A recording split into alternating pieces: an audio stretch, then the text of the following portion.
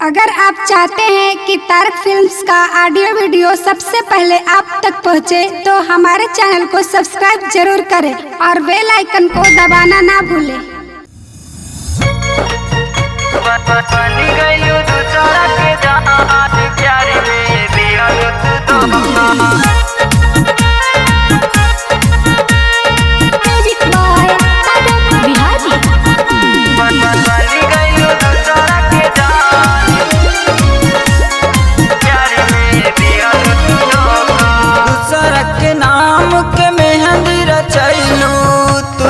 सब अरमान प्यार में दिहलु तू धोखा, दूसरा के नाम के मेहंदी रचैलू, तुरलू सब अरमान प्यार में दिहलु तू धोखा। बनी गईलू दूसरा के जान प्यार में दिहलु तू धोखा, बनी गईलू दूसरा के जान प्यार में दिहलु तू धोखा।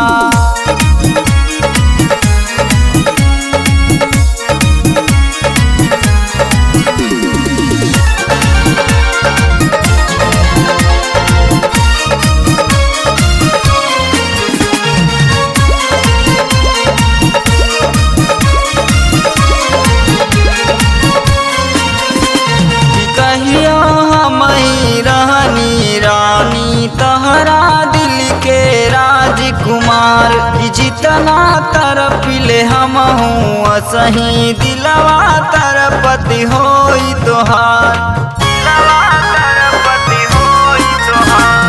कहियो हम रहनी रानी तहरा दिल के राजकुमार जितना तरपिले हम हूँ सही दिलवा तरपति होई तोहार। दिलवा के सपना तोरलू जैसे ढाहेला पहाड़ प्यार में दिहलू तू धोखा।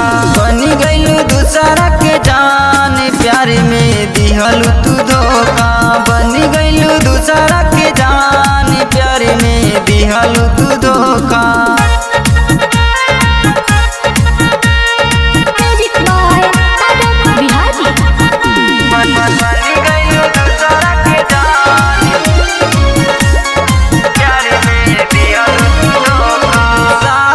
छोड़ब खैलू क्रिया गईलू हमके भुलाई, सहजल बगिया में काहे दिहलू हमारा गिया लगाई।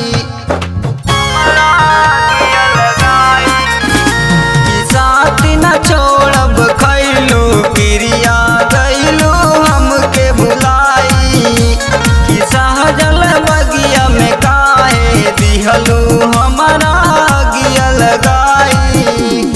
लबलिया केला लखन के रहलू चेहरा के मुस्कान प्यार में दिहलू तू धोखा। बनी गईलू दूसरा के जान प्यार में दिहलू तू धोखा, बनी गईलू दूसरा के जान प्यार में दिहलू तू धोखा।